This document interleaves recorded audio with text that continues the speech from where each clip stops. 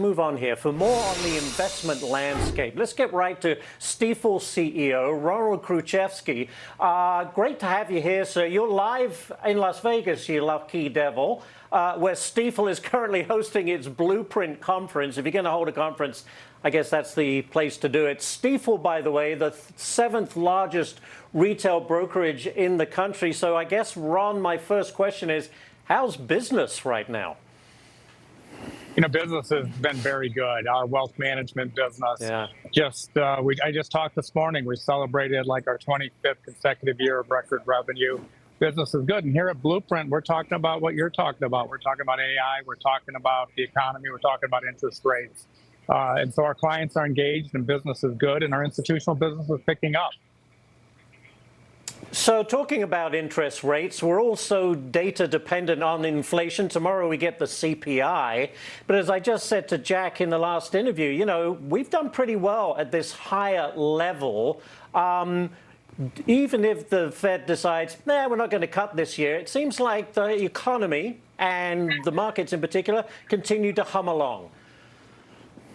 Well, absolutely. Well, first of all, you know, I'm going to just say that at Stifel, we've been saying since the beginning of the year, we never thought there would be 7 rate cuts. I said in January that there might be 2. And today I'm going to say that there aren't going to be any because inflation is going to be more sticky than people think. Core PCE is going to be around 3%, and the Fed's not going to be cutting into this environment.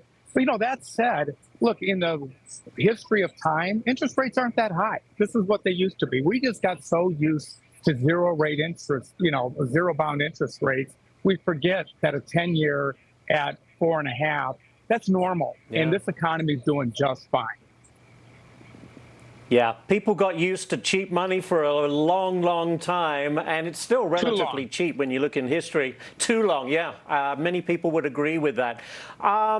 You mentioned AI earlier, Ron. I mean, look, it's the buzzword. It seems like every day we talk about new products coming out. Is that what you're hearing from your clients? They want a piece of the action? They not only want a piece of the action, but a lot of our advisors at Stifel and our clients, they want to know how AI can make them more productive. It's like the personal computer in 1981.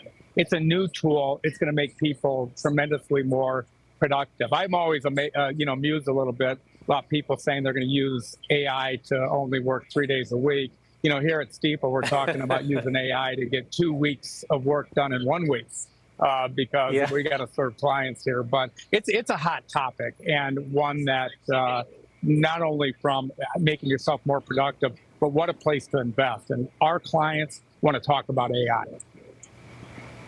You know, what's interesting, Ron, is that certainly with the capital markets, there's been so much cash on the sidelines. People kind of waiting. I'm not sure for what. And then as you see the market going up and up, it's a hard time. They have a hard time jumping in. But are you seeing more people putting cash to work?